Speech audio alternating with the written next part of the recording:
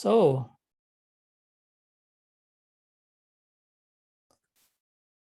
I think it's time to start. I'm Henrik Nolmark. I'm the director of Volvo Research and Educational Foundations. And I'm very delighted to welcome you on behalf of the foundations to this launching event of the new research program initiated by the foundations, or VREF, as we call Volvo Research and Educational Foundations. So the Informal Public Transport program is officially opened now, and we have yes, some hands in the air, and we have an exciting event with really great panelists and speakers. I will just open by saying a few words about VREF and the program, but a couple of housekeeping things to start with. First of all, I wanted to inform you that the webinar is recorded and it will be published on the VREF website, so you can access the recording afterwards. Second thing, we have the chat function open, so feel free to say hello to everyone if you like, using the chat function, or later in the program you can use it for raising questions and commenting. We welcome that from everybody. So about VREF, for those of you who haven't met us before, VREF is a philanthropy. It's based in Sweden, but we work globally.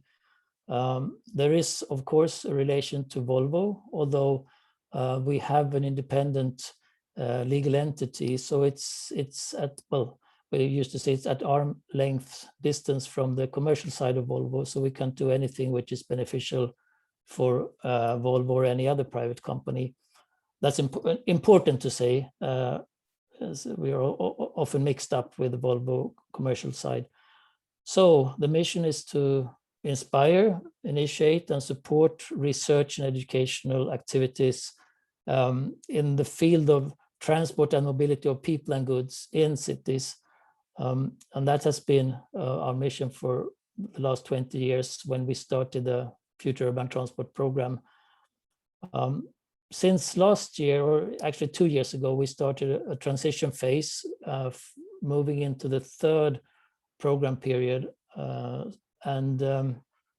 Preparation started last year with the commissioning the work which will be presented by ITDP representative Stan Turner later in a short while, to prepare a background report on paratransit and shared mobility, which was then informing the VREF Scientific Council and the VREF board for the decision to start a program. And the name of the program was then Preliminary Informal Public Transport. And we're ready to discuss that at any time, but this is the title we're using so far.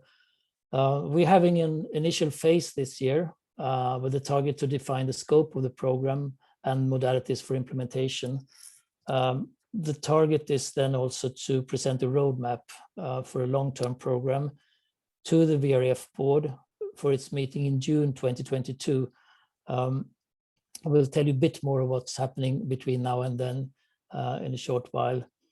I just want to finish by noting a few other current activities. We have a sister program called Walking as a Mode of Transport, which also started this year.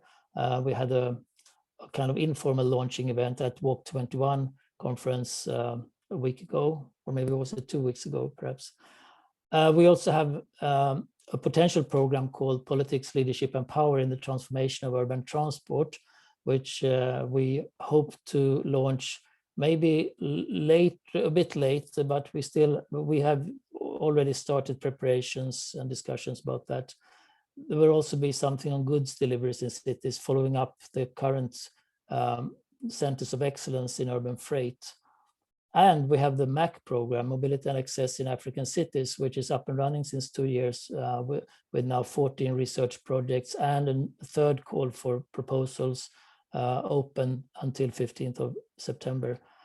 So with that, I'm going to hand over to Holger Dalkman. Holger is an independent advisor and consultant, and he's been with VREF as a strategic advisor of the last 2 years. Many of you might know Holger from his years as when he was leading the transport program at World Resources Institute, the Embark program. And what happened before that in Holger's life was he was a researcher, and some of you might have met him already at that time. But now with that, I leave over to you, Holger, and to say a few more words about the webinar and what's happening today. Over to you. Thanks, Henrik, for the introduction, and good morning, good afternoon, and good evening here from Berlin in Germany. I'd also like to welcome you to the webinar. And as Henrik mentioned, we're really excited today to launch a new program on informal public transport. As you know, ride-hailing has a market about $35 billion US, bike sharing system in more than 1,500 cities around the world, minibus services with a market share of more than 80% in many African cities and other places around the world. So these figures, in fact, show the growing relevance of these mobility solutions. While these sharing services are often not covered in a conventional data collection, one of those is the problems we're having, they play an increasing role for mobility systems around the world. So coming with a lot of challenges as well as opportunities to move us to more sustainable transport. So, but these developments from our perspective need some more research to inform us decision makers.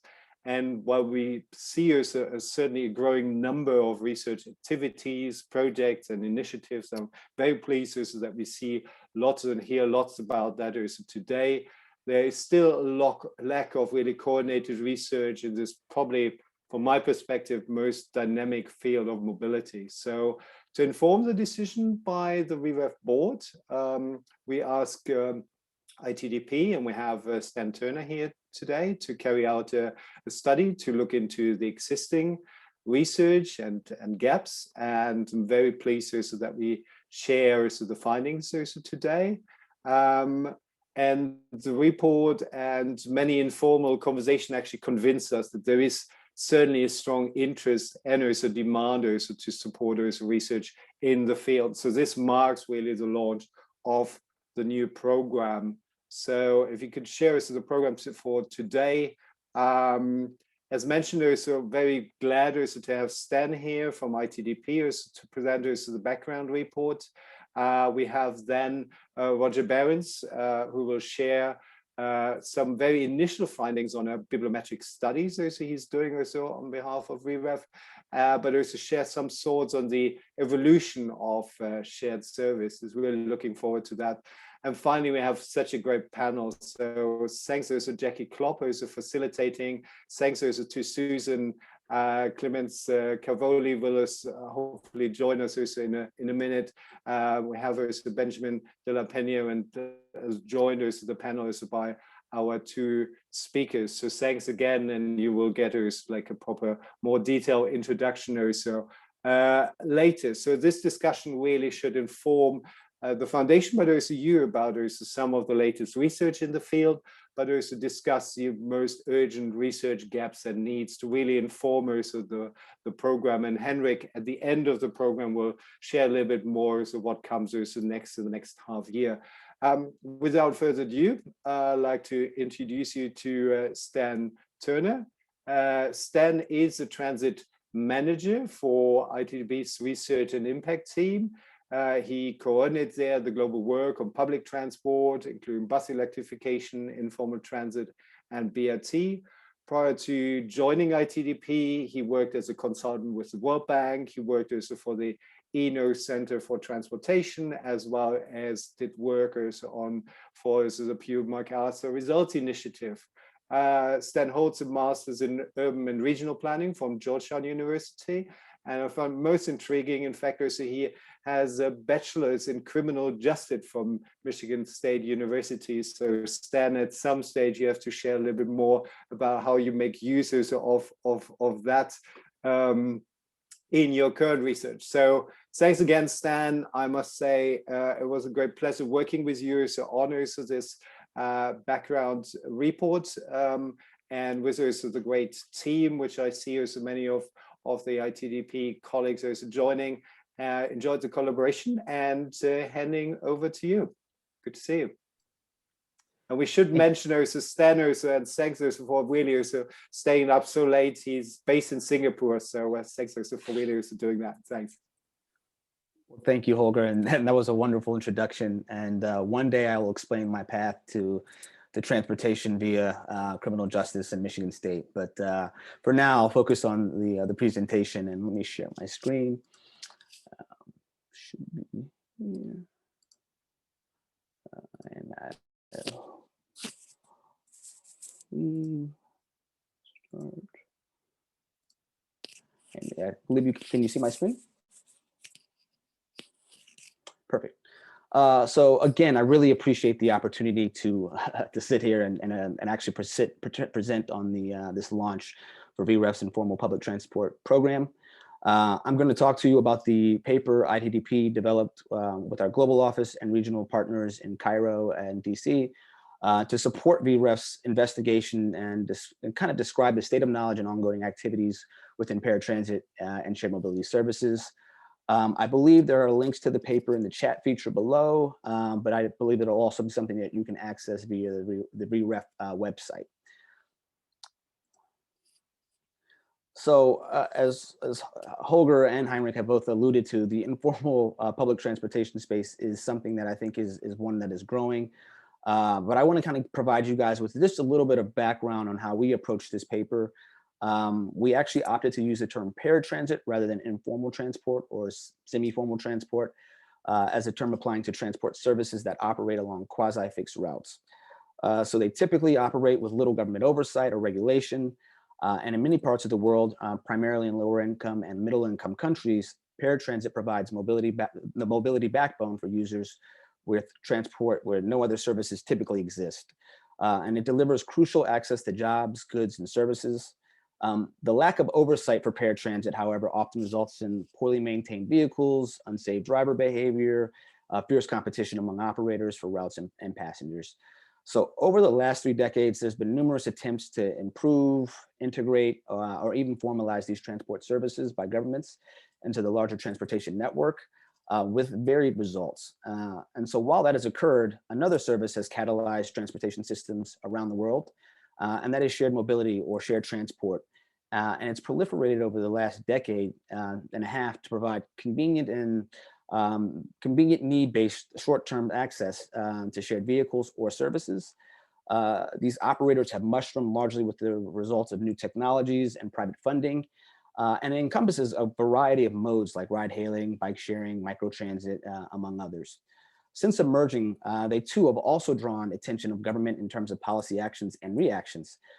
So the goal of this paper was to examine the empirical evidence in the current literature on policy actions for both paratransit and shared mobility to understand what research indicates, examine the potential linkages, and identify areas in which further analysis is required. So for framing this paper, we chose to focus on policy measures that improve sustainability of urban paratransit and shared mobility services. And with that, we chose to use this umbrella of the current state of knowledge and framing it within this kind of current service impacts, which includes the broader themes on access, equity, employment, safety, and environment. In the paper, we explored each of these discrete themes through the perspective of paratransit operations and shared mobility services. Within the umbrella of, or the framing of transport management, as transportation services kind of continue to evolve, the distinctions between paratransit and shared mobility are becoming less clear. Both services are experiencing changes in ways that are regulated, operated, and adapting to new technologies.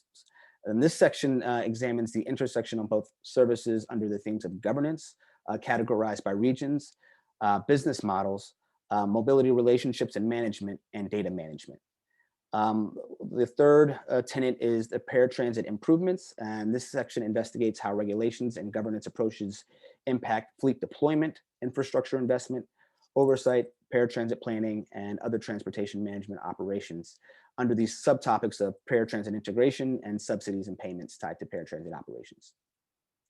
So Lastly, we attempted to examine this larger issue associated with paratransit in the framing of power, politics, and corruption. It sounds bigger than what it is, but it's actually very important because various actors shape the policy creation and implementation and public opinion around these services. And so this influence is a recurring underlying theme that the research and interviews really highlighted as particularly important. And I would be remiss if I didn't mention this framework also examined the initial impacts of the COVID-19 pandemic. We began last April, and that was essentially the start of much of the change and shifts in transportation systems across the world. And so we tried to encapsulate or encompass a bit of the preliminary findings of what we've heard from how it was shaping and changing these services altogether. So for the research process, we first conducted a literature review of existing research within the framework that we listed in the previous slides. For the academic literature, we use sources like Google Scholar and a university database. And for the gray literature, we started to review focusing on larger institutions like the Transportation Research Board, MDBs like the World Bank and ADB, and other research organizations that are participating in this space that we're at least initially familiar with. We applied some broad search terms, which included a variety of different terms like informal transport, semi-formal transport, shared transport, mobility services, shared transportation, a smorgasbord of different keywords to kind of hopefully initiate and locate specific research. We also applied the snowball effect when identifying key documents that match the research objectives. So within this, and you can see the table there, we examined 177 documents in total. And the table breaks it down by region, which we've categorized to kind of provide you perspective on where a lot of the information is coming from, as well as the type of literature and the rigor that's established with it. We also consulted with experts from around the world to contextualize this research, as well as identify organizations and initiatives that are engaged on the research on the topics that may not have actually been captured in that literature review in itself. And finally, we developed some preliminary results and conducted a workshop with researchers and advocates and experts to validate this information and identify the gaps that have not been touched upon in the literature or the interviews. So for the sake of brevity, I've highlighted some of the interesting findings related to each of the transport services. I would strongly urge you guys to review the paper to see the more comprehensive view of the findings. But with that, there were a number of interesting insights that we were able to draw upon within the research as it relates to paratransit operations, some of which may seem a bit intuitive, but it's useful to be able to identify this through through rigorous research. And through qualitative interviews and survey research, researchers have found that waiting time and distance to services was more important factors in choosing paratransit for higher income and middle income users. And conversely, lower income users actually prioritize affordability. Researchers in India and Cambodia interviewed users about their perception of the safety of rickshaws and motorcycle taxis. And in both cases, the results showed that the users of the service found that the vehicle structure and dynamics were quite unsafe and that they would actually prefer to switch to public transportation modes when given the option. So putting that in perspective, though, the literature also showed that coming out of India, that paratransit users actually have shorter rides with almost 84% less percentage less being less than 10 minutes in total distance.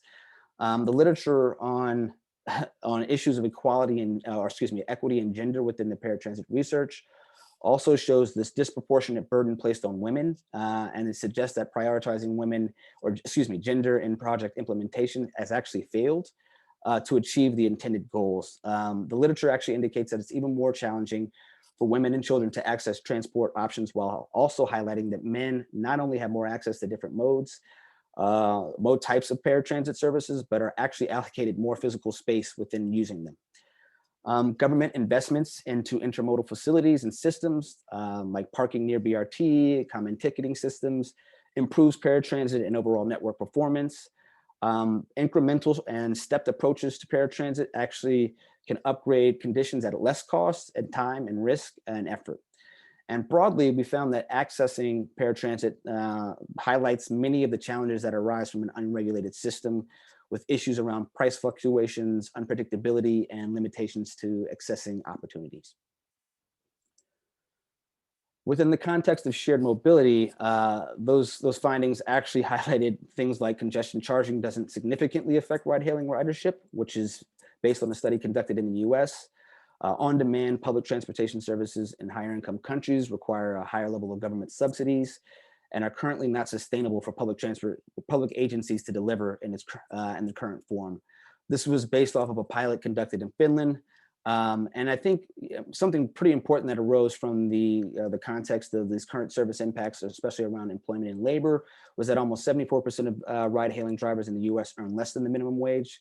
And it has actually driven down wages in other for-hire vehicle services as well. Lastly, researchers examined the global ways that ride-hailing services affect existing transportation systems and found that there are different trajectories for certain types of urban environments, with cities naturally moving towards specific technologies that address their specific needs. So, for example, a city like Delhi or Mexico City, which are dense and have major issues with congestion and air quality, they've tended to shift towards cleaner mobility solutions, such as electrification. And they prioritize ride hailing and public transit investments, where cities like Singapore or Hong Kong are focusing on like this first mile, last mile developments and mobile applications to augment their well-built public transport systems. So I think ultimately what we're attempting to accomplish here is identify where more research needs to be devoted and undertaken. And there's quite a bit of research out there around paratransit literature, but there are significant gaps in the current state of research. First and foremost, the studies conducted were largely qualitative and based on user perception. There's a significant need for more quantitative examinations of paratransit operations, the use of government subsidies to spur service improvements, additional research on employment, on the impacts, the economic impacts of paratransit, government capacity requirements for effective management of public transportation systems, more research on the allocation of the financial risk between governments and operators, examples of successful data collection and management, specifically regarding services, service planning, operator census to inform transportation processes, and the role of paratransit operators and drivers within the scope of the transportation system. So insights into the building business propositions and models used by paratransit operators and substantive examples of integration and consolidation would also be something very much needed within this space. And I think there's just a general need to improve the understanding of the business priorities and operational strategies from the outlook of the paratransit operations. And that's just, it's also quite challenging to kind of to undertake. As it pertains to shared mobility, there are significant gaps around geographical locations. We found that most of the shared mobility research existed within the context of North America and Europe, and it looks at services largely within ride hailing. There's a significant need for other modes like bike shares, scooters, rickshaws, and other transit options to be examined, especially with some form of rigor. And there was also just limited information or I guess literature out there on regulatory responses to shared mobility, especially within the context of the Global South and its impact on operations. Additionally, there was more research can be devoted towards workforce opportunities, wages, and the quality of drivers' lives, especially or specifically within the kind of context of employment and labor. We also would like to see more examples of successful data collection and management on security and privacy. And I think this kind of ultimately ties to this focus on the kind of other research considerations. The elephant in the room, of course, is this came in within the context of the COVID-19 pandemic in terms of operations. So for the preliminary research, we've heard some positive examples of the pandemic actually spurring engagement from the government sector to provide better support operations for paratransit operators. The example that we were quickly able to kind of find was around Transjakarta providing payouts to UNCOT drivers to not engage in operations during the lockdown periods within Jakarta. Another example that we heard was in Kigali, where we heard the government use the pandemic to help spur integration efforts that they had initially planned prior to the pandemic to really speed up the adoption of new vehicles and organize the associations. So we were fortunate enough to have this validation process in which we were able to kind of query these results that we determined from the, I guess this preliminary undertaking. And we were able to actually use this to kind of learn more about the needs of within the context of more sustainable funding around paratransit operations, specifically in the use of different research methods that might include more anthropological or interdisciplinary kind of approaches, as well as this focus on maybe a more longitudinal and I guess more sustained funding towards these kind of undertakings. Ultimately, the more research that we can use to address these kind of gaps, especially around critical services like paratransit, the better strategies and policy actions that can be used to integrate and improve services for all users. And we really feel like there is a significant opportunity for VREF and other organizations to really help fill these gaps, as there's quite a bit of research that needs to be still undertaken to kind of really flesh out and provide more context and substance within both sectors of paratransit as well as shared mobility. And so with that, I am going to say thank you to everyone for joining this webinar and listening to my presentation. Please feel free to ask any questions within the chat feature or reach out to me via email to follow up on thoughts or comments you wish to share. And with that, I will turn it back over to Heinrich for the next part of the webinar. Thank you very much, Stan, for summarizing that rich report in such a short time. It was condensed, and I can just join you in encouraging people to read the full report. There's a lot of interesting material there. And also thanks to you and the whole team at ITDP for putting so much effort and energy into that last year. It really served its purpose in forming the VREF Scientific Council and Board. So with that, I'm going to introduce you to Professor Roger Behrens at University of Cape Town, the Department of Civil Engineering. Roger has also been leading the VREF supported Center of Excellence on the African Center of Excellence for Studies in Public and Non-Motorized Transport.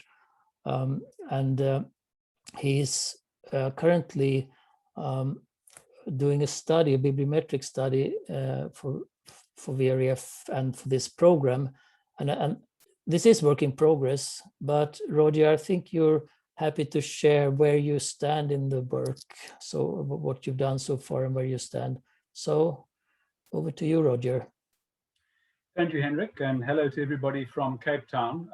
You'll see that I've added a very to the title. As Henrik said, it is preliminary findings. We literally got the first bibliometric results last night, so please bear with me on this. Nevertheless, I think there are some interesting things that we're starting to unpack. So very briefly, our brief was to, first of all, define the scope of the study within the fields of informal public transport and shared mobility. Then to undertake the period since 2010, and then for the more recent 5-year period, map and identify who the most active authors and universities are in this space. We were given 3 months to do this, and our team is made up of 2 researchers from the Center of Transport Studies at UCT, and then 5 bibliometricians from the University of Cape Town Library, who've been working very, very hard. So we started off methodologically to review very briefly the literature in this field, not constrained to the last 10 years, going back to the earliest publications. And we were fortunate that there were a couple of quite nice seminal or consolidating publications that have come up quite recently. On the left column, you can see some of the publications in the informal public transport space. The first on the list is a very recent study undertaken by a consortium called Transitions for the High Volume Transport UK Aid Programme, which has looked specifically at informal public transport in sub-Saharan Africa. There's a study that Stanford has just been speaking about that was done by the ITDP, a very good study by the World Resources Institute focusing on Latin America, and then a couple of others. And on the right, also some quite useful overviews more recently from authors in South America. Susan Shaheen did a very useful overview back in 2015. So we drew on those studies. And one of the first problems was that we found is that very similar types of transport services get very different names. So if you take demand responsive transport, you can find that referred to as flexible transport systems or micro transport in the US. So we needed to make sure that we understood what people were talking about. And to do this, we developed something called a service taxonomy matrix, which you see on the top right. And we essentially applied that to a set of the key authors and the various concepts that are out there. And what we ended up with, which is the main image on the screen, is the delimitation of our scope. You'll see on the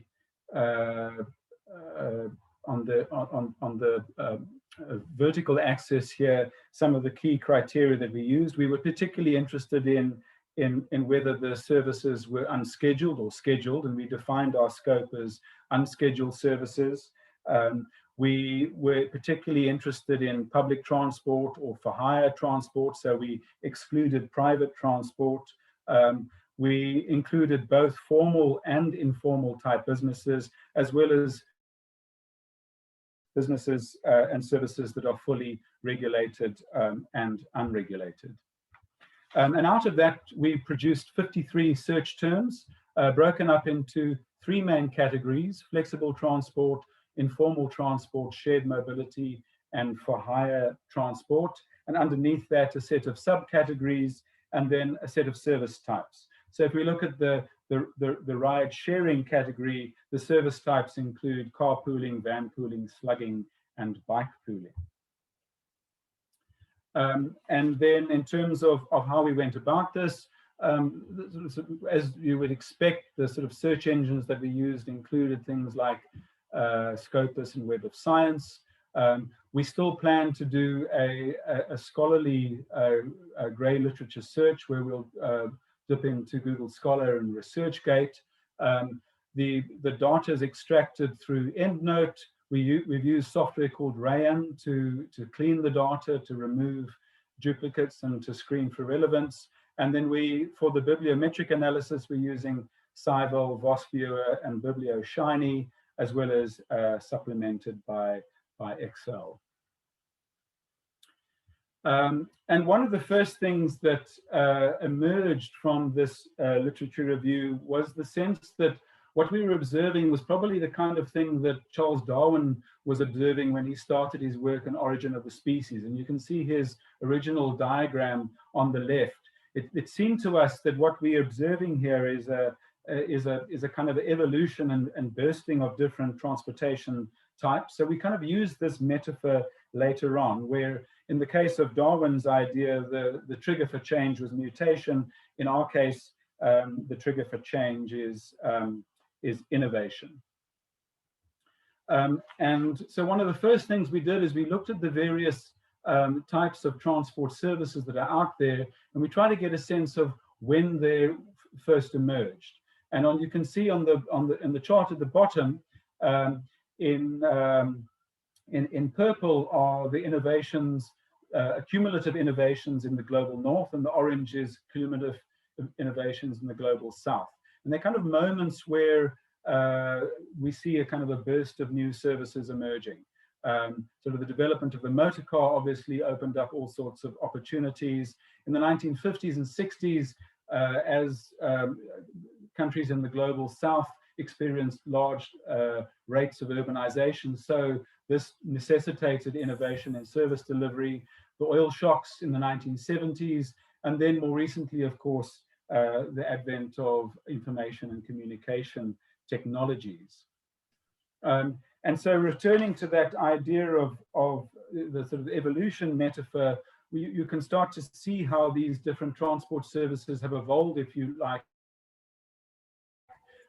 over time, divided into those 4 main categories of flexible transport, informal transport, shared mobility, and for hire. And if we just take carpooling, which emerged in the Second World War, as a way of conserving fuel, you can see how that sort of led later on to van pooling, slugging, and then more recently bike pooling, which we came across in India.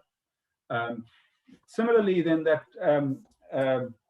evolution metaphor is used to look at how services have evolved in the global south on the left and the global north on the right.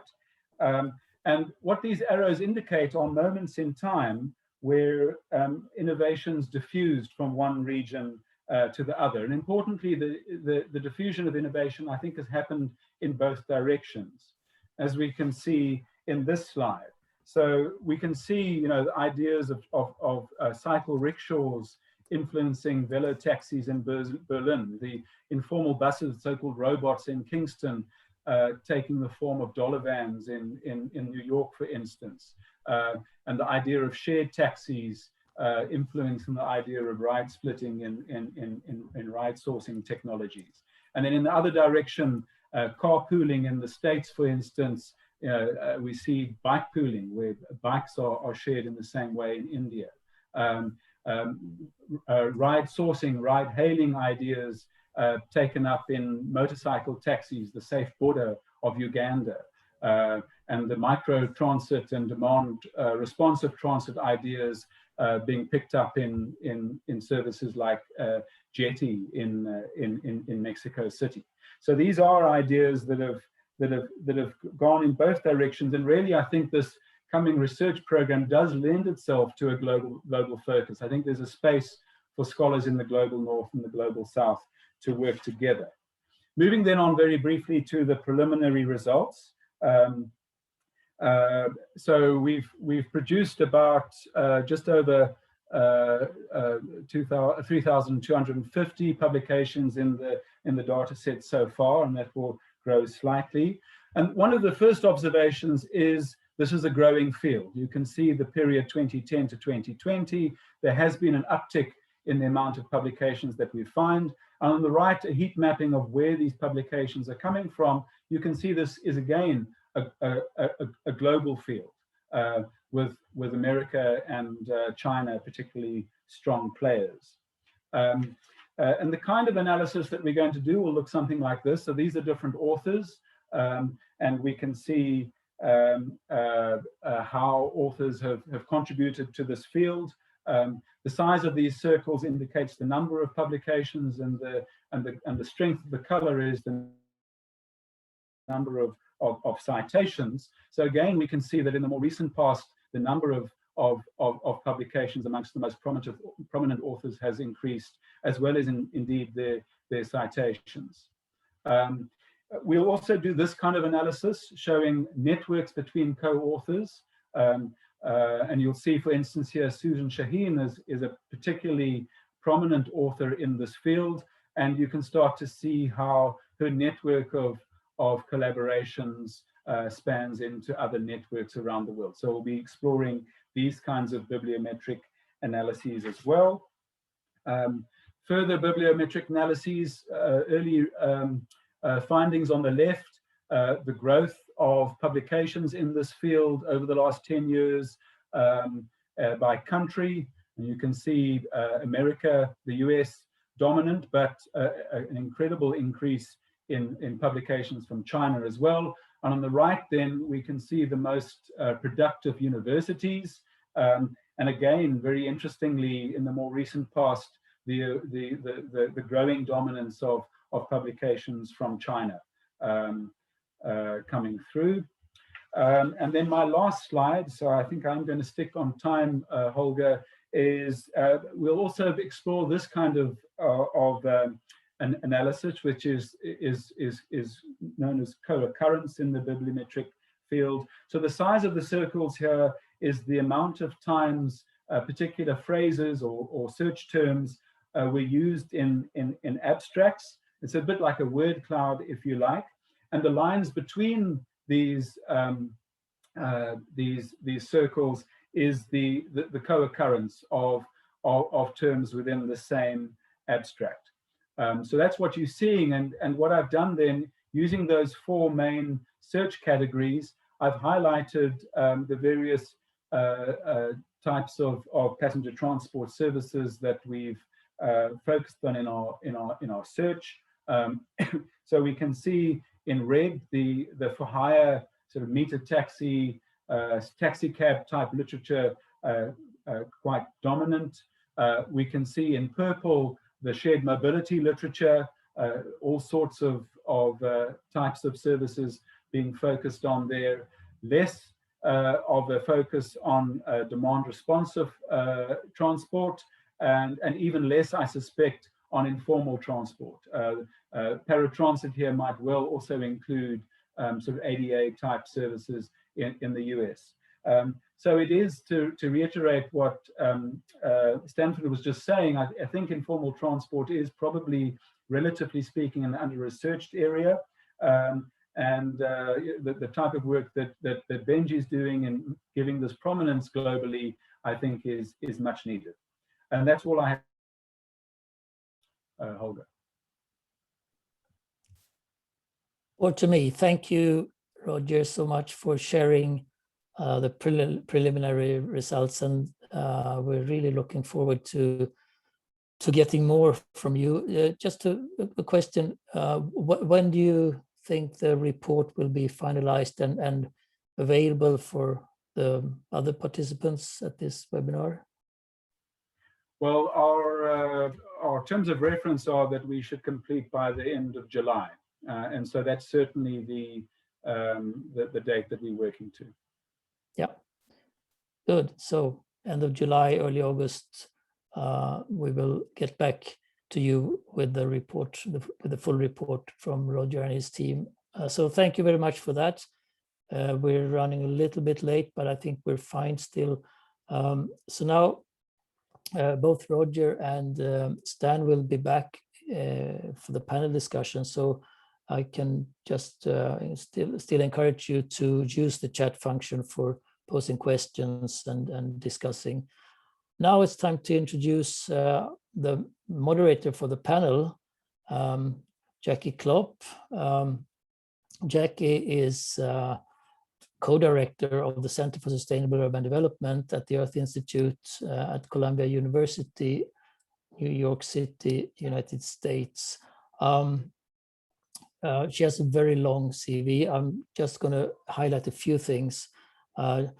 Jackie is a founding member of the Digital Matatus Consortium, which produced the first open transit data and public transit map for Nairobi's Matatu transit system. That was also an award-winning innovation. And further, Jackie has recently been named Remarkable Woman in Transport by her peers and the German Economic Cooperation for her contributions to transformative urban mobility, and also a long timer with VREF on numerous occasions. So I'm happy to see you here again, Jackie. And with that, over to you. Wonderful. Thank you, Henrik. And thanks to Stan and Roger for really fascinating presentations.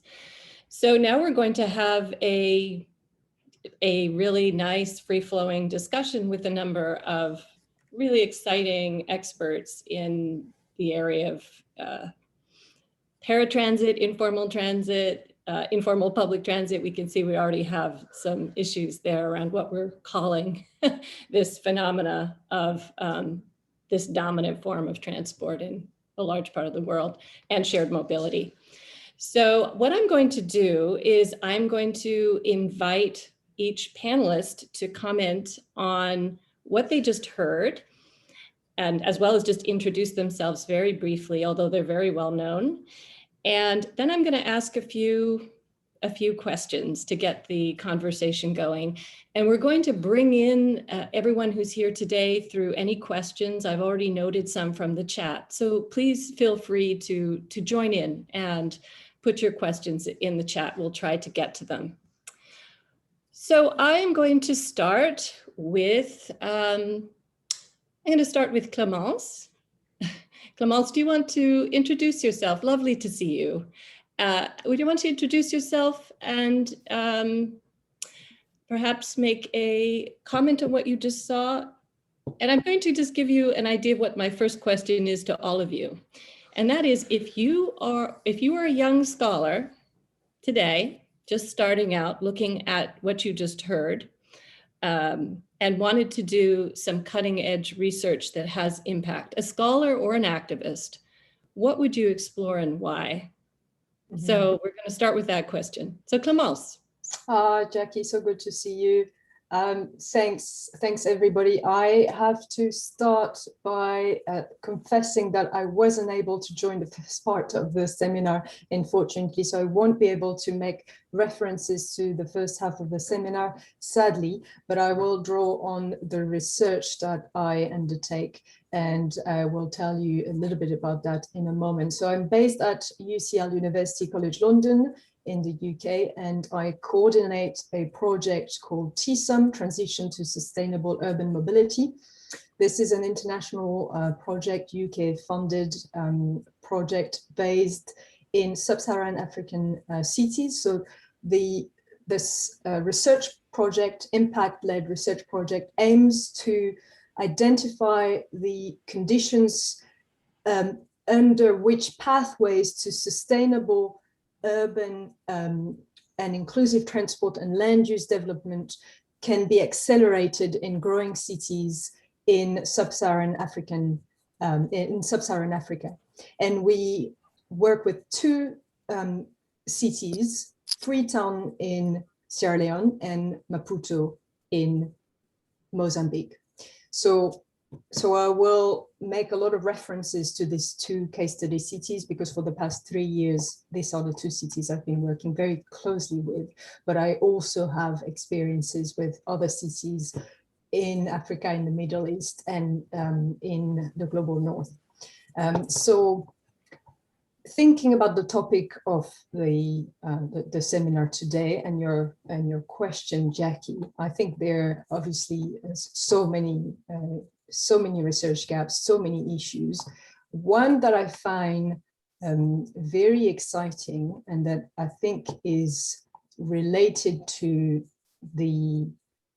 perhaps one, if I may, that perhaps was discussed previously, and I might have missed this comment, is linked with the theme shared mobility, and is, I think, also relevant to what's happening in the global North. So when we say shared mobility, as you probably all know, in global South countries, that has a different meaning.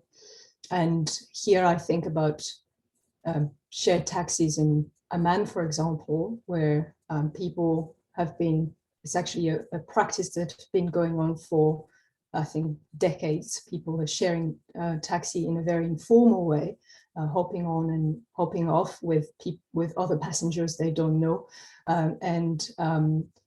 I actually have to say that here I'm also representing the views of my colleagues from the TSUM project. So that's the Sierra Leone Urban Research Institute and the Urban Mobility Observatory in Maputo.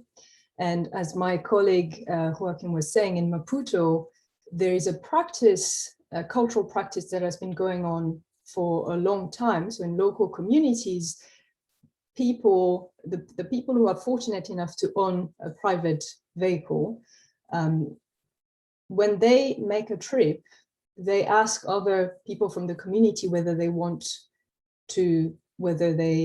are interested in joining in and in going to the same place.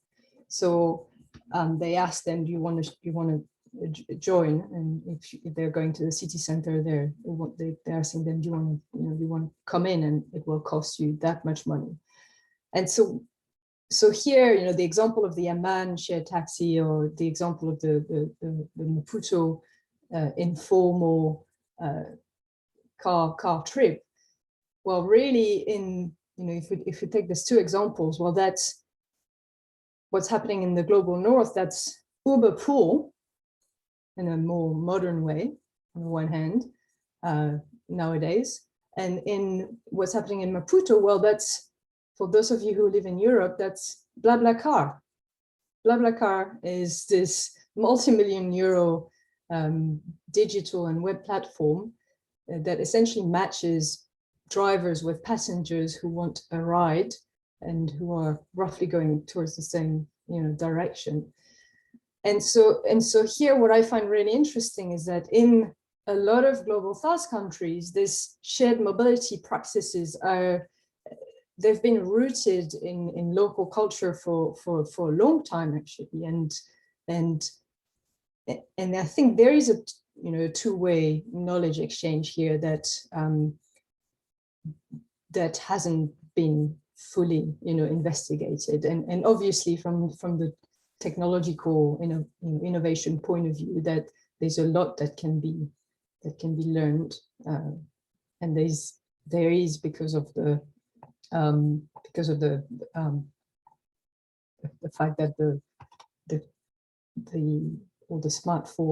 smartphones are penetrating the market in the global South. There's an opportunity here to leapfrog, and I think this could be an exciting field of research, looking at not just the technological innovation, but also looking at it from the cultural element, looking at what's been going on in global South cities from a cultural point of view, because it is rooted in the local culture, this element of sharing, shared mobility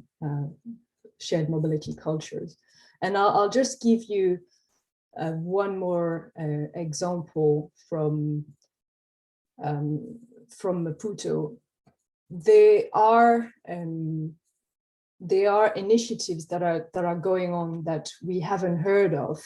For example, the so-called five-star minibuses that are much needed because there is a growing middle class in many sub-Saharan African cities, and this growing middle class is not keen to use the conventional semi-formal public transport that's on offer, understandably, because the conditions are not right, and given the opportunity, they will buy a private motorized vehicle. And so the five-star minibuses initiatives that are popping up in some places are I think really deserve to be investigated.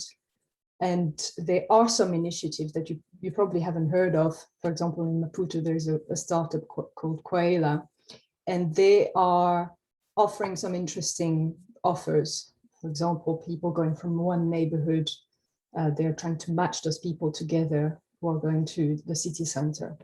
And so what we don't know and what we need to understand is how can these little initiatives scale up? Because at the moment they're not scaling up. What are the barriers to this initiative scaling up? What are the governance issues there? Why is it not scaling? Why are they not scaling up? And there are other initiatives in Cape Town, similar initiatives going on. Why is it not scaling up at the moment in global South cities? And I think this is really important. This is really important, and the same question could be asked in global North cities potentially. So I think these are some initial thoughts and I have other points to make. Those are very simple thoughts, Clémence. There's a lot to think about. So that this whole question of convergence and movement, the arrows in Roger's diagram of these different innovations or ways of providing mobility, how they move from north to south or different directions globally is really interesting. I'm also wondering if there's also a danger of seeing them as similar things when, one system, for example, a minibus system is the core of essentially an informal public transit. It's not really informal, but that's a debate, a public transit system, whereas the other is really not that, right? So that's, that whole area of what's happening between these two categories that we've been looking at, shared mobility, thinking about, like you say, Uber or whatever, and what you're describing in Maputo is, really big question. So if you're a young person going into this field, definitely a fascinating set of issues to look into. I'm going to jump to Susan, because she works a lot on the shared mobility side, and maybe would like to comment on this as well as answer the question. Susan. Thanks, Jackie, and thanks to VREF for including me, and greetings from the Bay Area. It's morning time here. I really appreciated the presentations by both Stanford and Roger. They overlap a lot with much of the work we've been doing at Berkeley. So just as a brief introduction to myself, I'm a professor in civil and environmental engineering at the University of California, Berkeley, and I co-direct a center called the Transportation Sustainability Research Center, and my lab is called the Innovative Mobility Research Group. And believe it or not, we've been researching these topics, or I personally have been researching these topics for over 2 decades. And the observation that I think all of us are making here is one of both convergence and also feedback loops. How can the global North and the global South benefit more from these interactions? When I first started to study shared mobility, it was the mid-1990s. And one of the very first observations I made back in the 1990s was that without a really active internet presence, what was happening was the idea of car sharing, the idea that you go into and out of the same location with a shared vehicle that would be used on a short-term basis that could almost supplement for a private vehicle. This was happening in parts of the world without other people, scholars knowledgeable that this was happening. And it had been happening for decades. What I noticed very early on was the acceleration of those trends. And I see it even more so now, several decades later. So one of the things I think is so important for us to look at is not sort of this classical view of leapfrogging. Like, how can the developing world learn to leapfrog from us, the developed world, but rather being a little bit more humble and realizing that the developing world is actually indeed leapfrogging us in many ways. And I've had the great fortune to become a consultant with the World Bank, and I've been leading some studies along with my colleague Adam Cohen around this issue. And one of the things that we are definitely seeing is a lot of commonalities, similar to what I saw back in the 1990s. We just didn't have the internet, and Roger, your fabulous connection diagrams, right? We had to do that through people, knowing where the connections were. And we're seeing tremendous commonality in terms of trip planning interests on both sides, global South, global North. But I will say that I think one of the observations we're making is that the developing world is accelerating this idea of apps, and apps that are not so isolating to a particular company that offers a variety of shared mobility services, but rather they're super apps that are much more inclusive of many of the things that we need. So they're lifestyle apps, but they're lifestyle apps that have transportation central to them. This is not something we see in Europe. This is not something we see in North America. In fact, what we see is a great deal of interest in mobility as a service and mobility on demand concepts, but we don't necessarily see this ability to go all the way up to a super app. And so a lot of us have been troubled in recent years by sort of this idea of a walled garden, that you're inside an app and it's creating a wall around your other options so that you might not think to use somebody else's scooter sharing system because you're inside one app. And so what we're seeing in places throughout the developing world is this notion of a super app. And we have many examples of it from around the world. So I think this is a fascinating idea.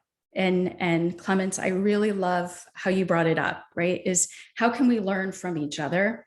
And so if I were a young researcher, I think I would be very attracted to this idea of how can the Global South and Global North learn from one another.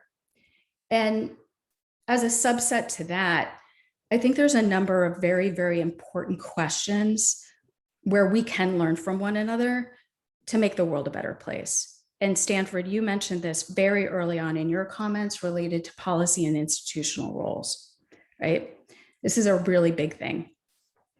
If we don't get this right, then we won't reap the benefits from a societal and environmental standpoint of shared mobility services, which is why I got into this game 25 years ago.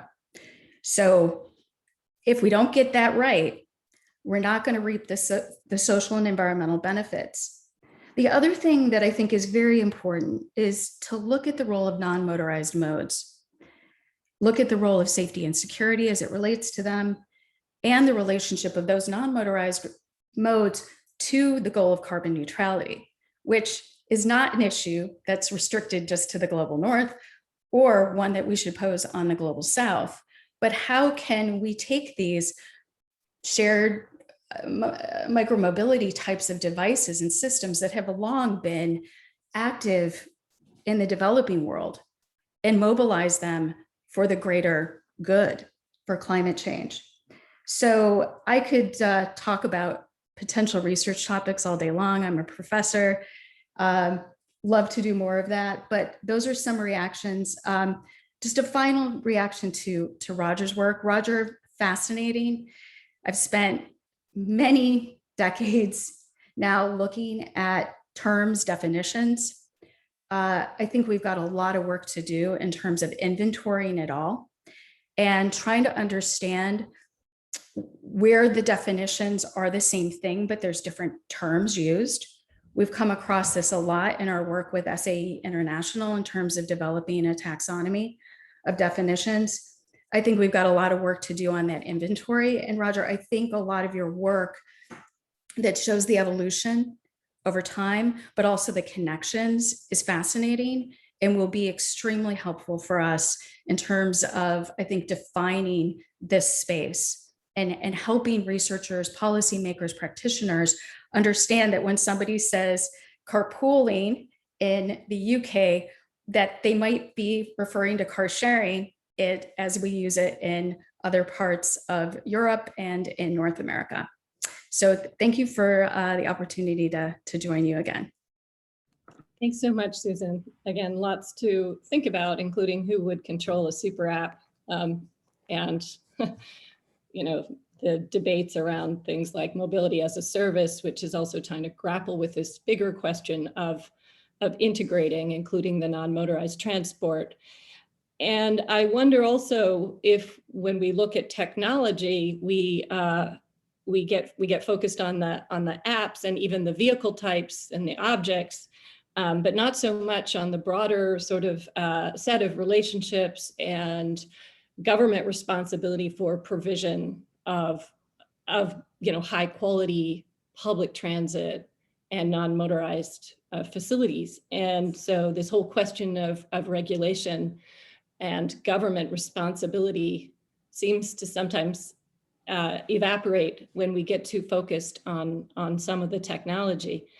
And that raises the question that has been posed by a number of folks in the chat around formality and informality. You can see that I struggle sometimes on how to talk about this because it's easy to call an object informal, but what's actually happening is there are relationships and, regulatory apparatus and power dynamics that lead to informalities of diverse kinds.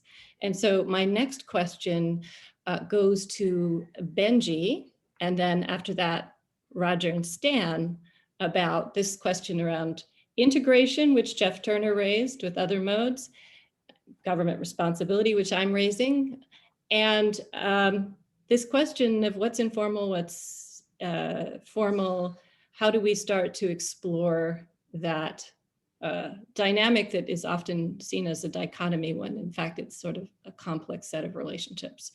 Benji. Hi, Jackie, and thanks for to VREF for inviting me. Where to start? You threw me a curveball because I was preparing to answer your first question, and then you gave me another question. Oh, That's I'm okay. sorry, That's okay.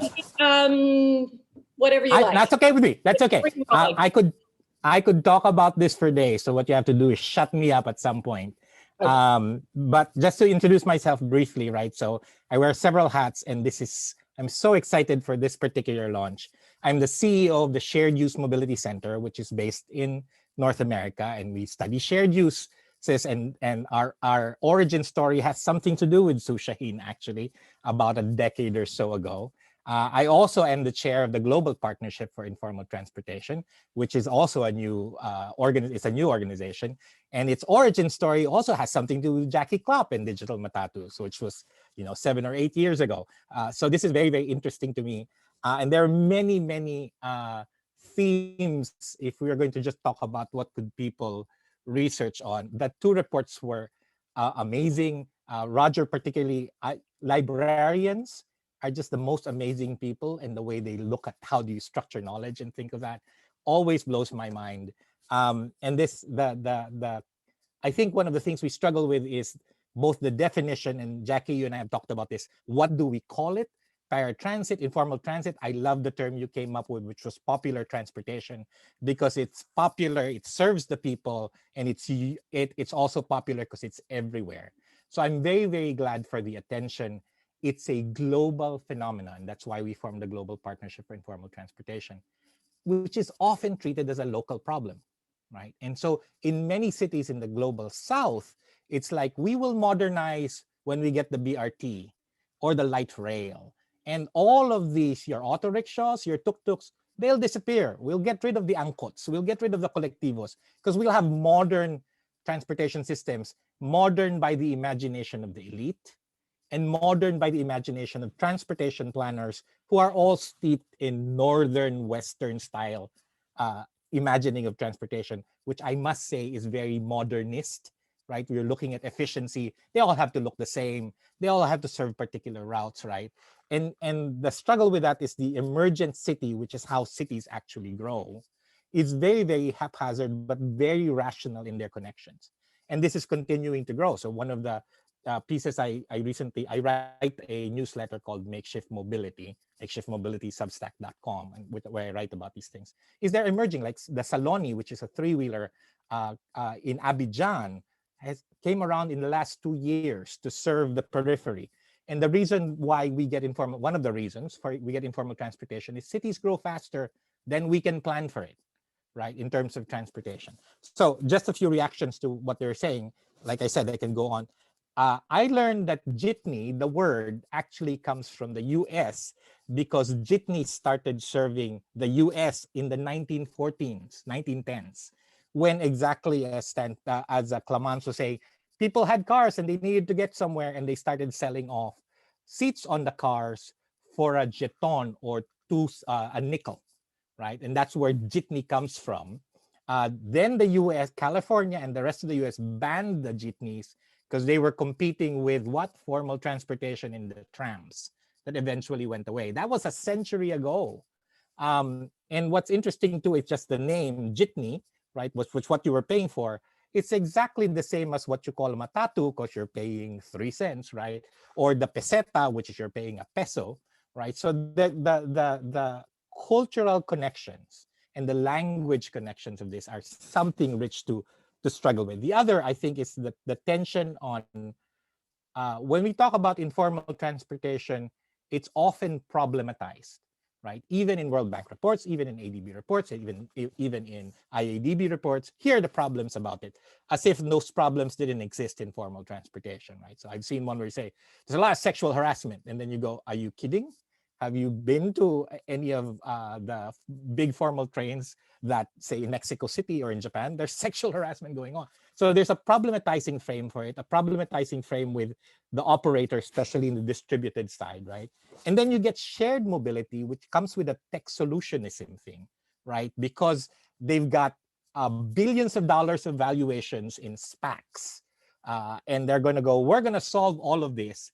And yet, if you look at, for instance, the research of Rida Quadra of what's happening with Gojeks in Indonesia, they're Ojeks rather, two-wheelers, and Gojek is learning from what is already established, and then the Ojek drivers are adjusting, and then Gojek learns again.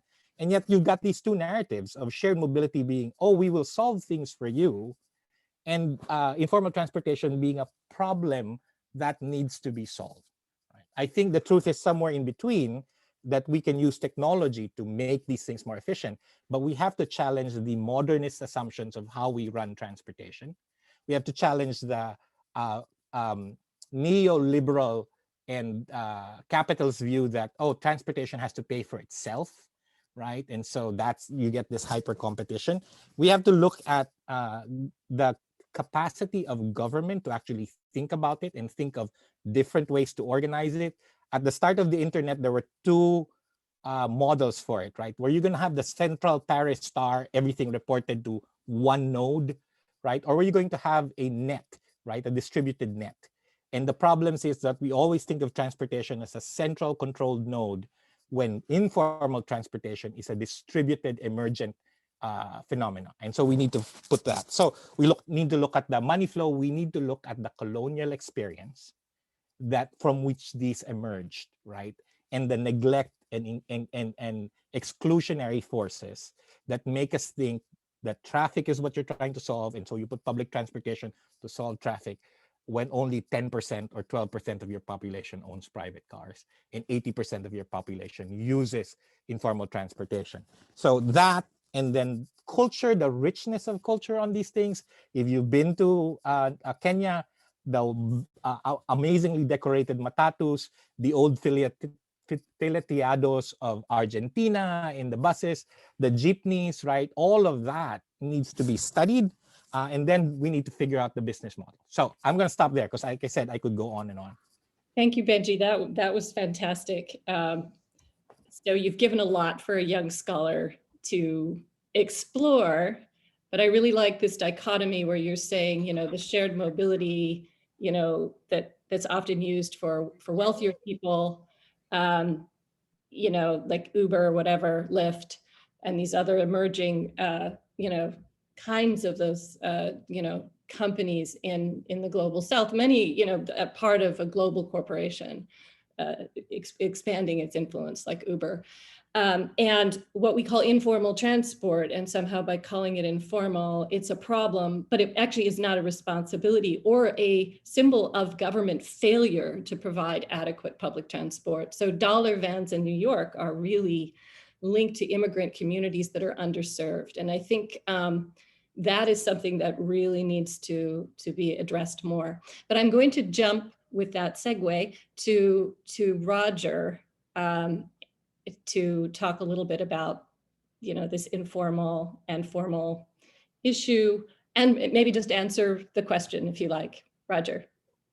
Thank you very much. So yes, when my colleagues and I started working in this field about 13 years ago, we considered the words that we would use to describe what we were doing. We did find that the boundaries between formal transport and informal transport were quite blurred. And very much like Stanford was opting in their work to refer to as paratransit, that is the term that we, and we know it's not a perfect term because for Americans it means a particular thing, but it did seem to capture what we were interested in and avoided sort of labeling something as informal and informal. And certainly I was starting to collaborate at that time with colleagues in Nairobi, and I think Nairobi is a brilliant illustration of this, where you've got absolute diversity of services, from the kind of the survivalist owner-driver 15-seater matatu who's illegal and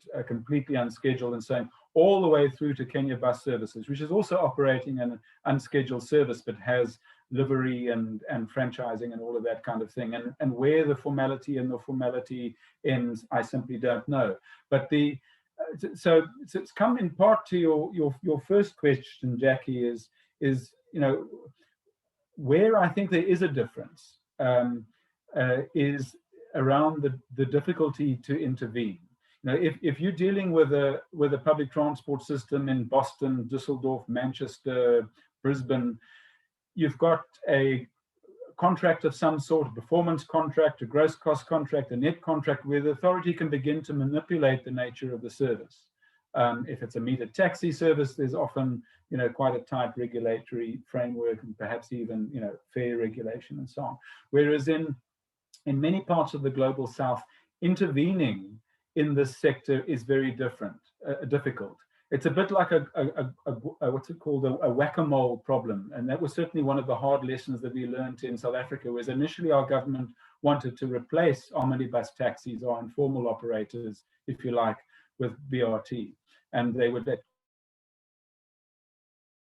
operators to leave the market, and lo and behold, somebody comes in to fill that vacated space. So I think there's a kind of a backdrop of path dependency around informality in the global south that needs to be recognized. It is a response to very tight economic situations, difficulty of people to gain access to income generating opportunities. And so there'll always be this demand, irrespective of what regulatory systems are in place. And they also tend to be difficult operators to intervene. This is one of the problems that this HVT transitions project that I mentioned earlier is going to be trying to grapple with. So to come to your first question very briefly, Jackie, what should a young academic be interested in? Is I think that kind of political economy that surrounds public transport systems in the global south, the willingness of the various stakeholders to actually accept change and to be part of it, is something that's really important. It's not going to be just a case of parachuting in apps or cashless fare collections or electric vehicles into the space. You have to understand those local dynamics and what operators and drivers and owners are prepared to accept. And I think that's a very important research area as well. Thanks. Yeah, that's very valuable advice. Stan, last but not least on the panel, I decided to give you a little break since you had just presented. Please, we didn't, I will be brief. I mean, I'm a neophyte in this compared to my esteemed colleagues here. So my understanding around this topic is something that is evolving and growing. And so as Roger and Benji have both mentioned, the terminology just applied to this was difficult to kind of capture and encapsulate this broad spectrum of research and literature that does exist, that maybe because I didn't type in the certain words in English, wasn't always present. And so I think it was an exercise in kind of understanding that this is a complex and nuanced and an evolving kind of research landscape that I think if I'm going to tie it to the first question around young researcher coming into it, I think it does require a bit of time. It does require a bit of contextualizing. If you are going to make this kind of concerted effort to study in a specific local kind of environment, you will need to kind of put in the time and understanding of the political, as Roger mentioned, the political environment, the kind of economics that are at work. And I think largely also developing those relationships, specifically when I think of this with the private operators, it's one of the issues that we seem to kind of encounter, or at least was highlighted to us, that there was challenges in understanding some of, again, the business propositions that they kind of want to focus on, versus this kind of governmental and larger scale kind of approach that I think, it's important to kind of untangle those things and try to kind of get a better understanding of how those kind of connect. That I think, a young researcher will need to be intrepid, but there's an opportunity there in terms of really building out and fleshing out this much needed research topic. Thank you. That was really helpful. I have to ask you, Stan, because of your criminal justice background, and also that in your report you mentioned the police and the role of the police and the problem that the police often pose, particularly in cities of, we'll call them the global south. I know I have some of my colleagues here who are matatu drivers and people who work on labor conditions in the sector. although there is some concern also among drivers of dollar vans and Uber drivers and scooter drivers and, not scooter drivers, sorry, like, e-bike delivery people. And, this problem of these lower paid, often oppressed labor in these systems across the globe, and then the police extraction and harassment, which we seem not to talk about. But I was intrigued that you have raised this in your report, and I'm wondering if you could speak to that problem. Sure. I'll be brief. This was something that became apparent within the context of the interviews.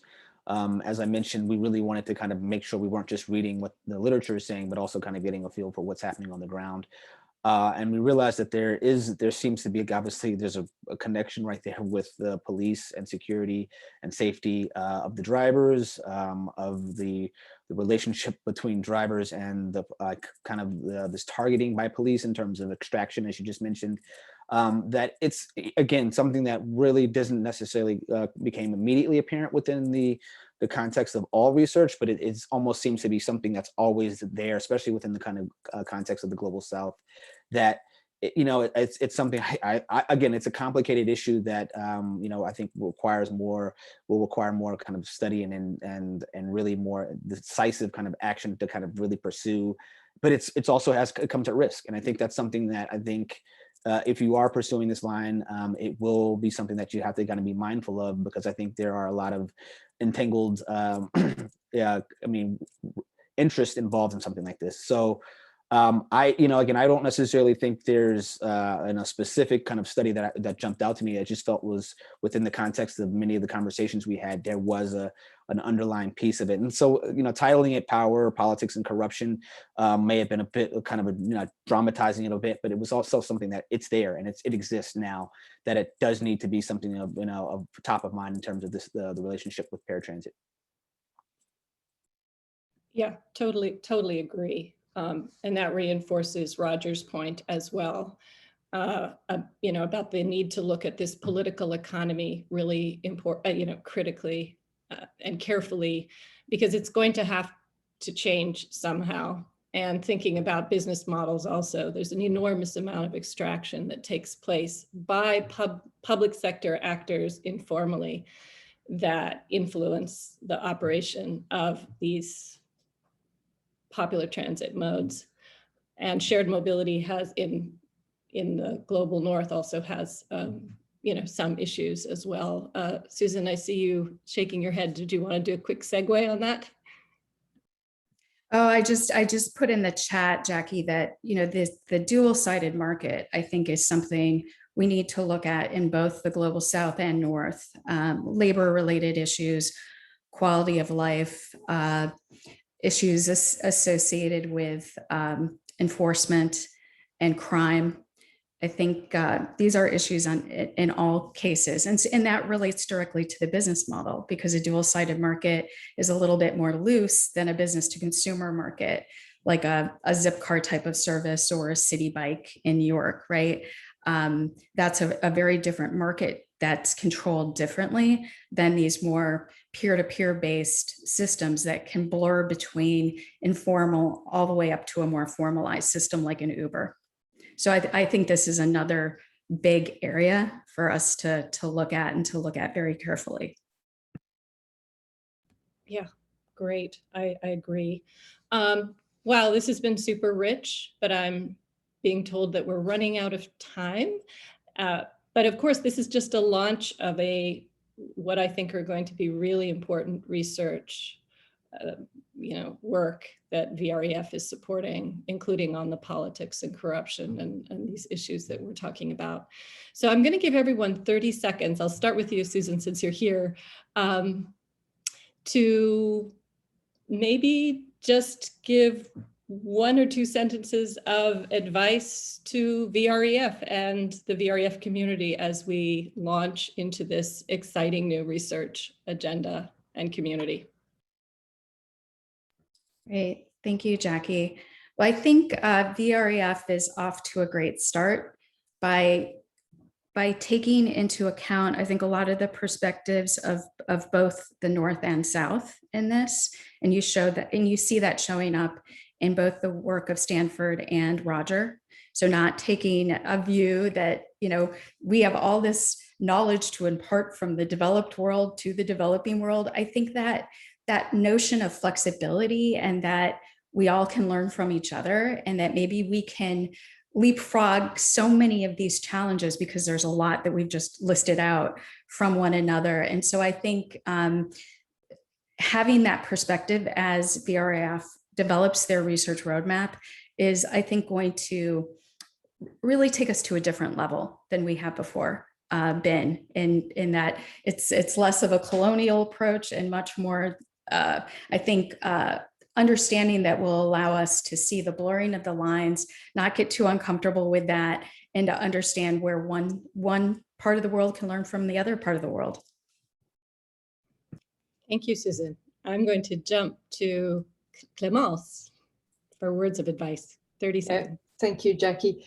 Perhaps I'm just going to say what I was hoping to say, complementing what Roger said on the political economy point, that when looking at semi-formal transport or popular modes of transport, I think it's really important in emerging countries not to forget any modes of transport, because they are minibuses, but there are also many other modes of transport that are currently under researched and that do play an important role, feeders in low density areas, and we know that multimodality in any cities is key to sustainable mobility wherever we're gonna look at. So I think this is going to be really important looking forward. So that would be my last word of advice. But all the best for this program. And as I told Olga and Henrik, it's really exciting and very uplifting to see a program like that. So. Thank you so much, Clémence. I'm going to jump over to Benji. 30 seconds? Well, I'm very, very glad that VREF has gone down this path. I think I'll take what Slum Dwellers International likes to say: the first act of inclusion is to be counted, right? So just opening up the research, counting where these are, showing how big these systems are globally is going to be really powerful. And in that also, it's important to look at the context of all of these and how they emerge, the power relationships, the historical, colonial and racial undergirdings and exclusionary forces that shape this, our assumptions of what is formal and informal and what is private and not, and public, and how organizations are supposed to be shaped are things we need to question. And that, I hope that's part of the research, including assumptions of about what is a modern transportation system supposed to look like. And all of that on top of that is what is technology actually doing and how are people getting affected. Thank you so much. That was great. And I'm just going to say the word social justice, which wasn't mentioned, but you raise it in so many other words, is critical. Yes, Stan.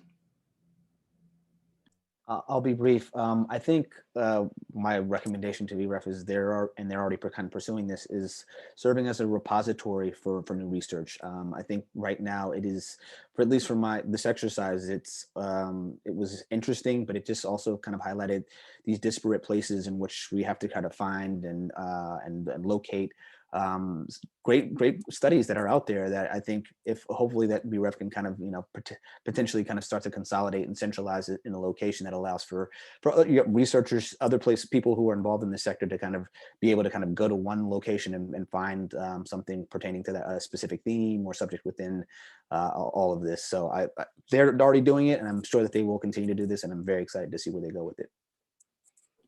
Thanks so much. Roger, last but not least. So as a younger researcher, when I was first introduced to the VREF research community around 2007, 2008, it was like a breath of fresh air to me, because all of the local conferences that I was able to access I was sitting through papers on urban traffic light control and pavement engineering and so on, and then to suddenly see this body of research from people from a variety of backgrounds was incredibly liberating. So my advice is to keep that multidisciplinary focus, to give space for some maverick thinkers to begin to explore their ideas. So that would be my advice, and in essence, to allow the spirit of the late Dinesh Mohan to live on. Thank you. Yes, I hear Dinesh's voice right now in my head.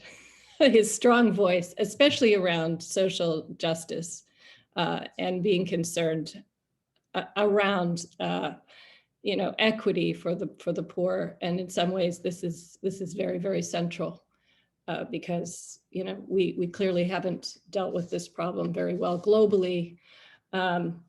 And must, including in an age of climate crisis that we haven't talked about, which lends a lot of urgency to really improving transit. I think that has been mentioned in the chat, that we can't lose sight of these big pictures, issues of why we're doing this.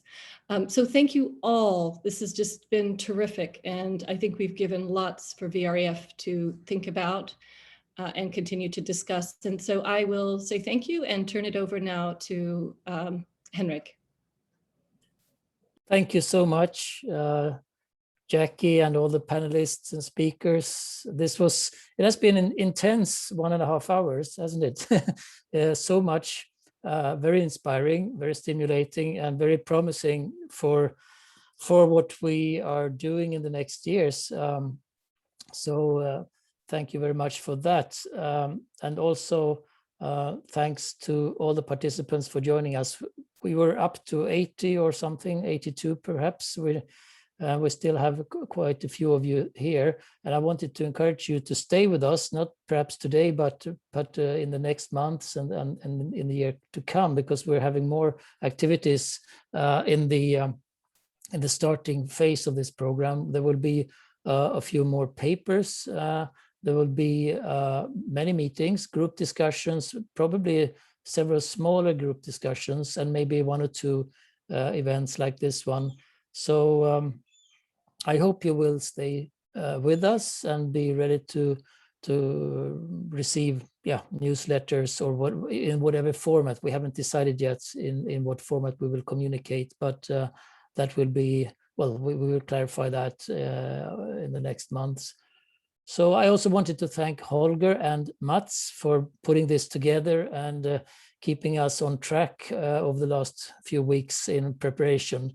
So from me and from VREF, big hand to everybody, and see you later. And with that, I close this launching event. Bye, everybody. Thank you.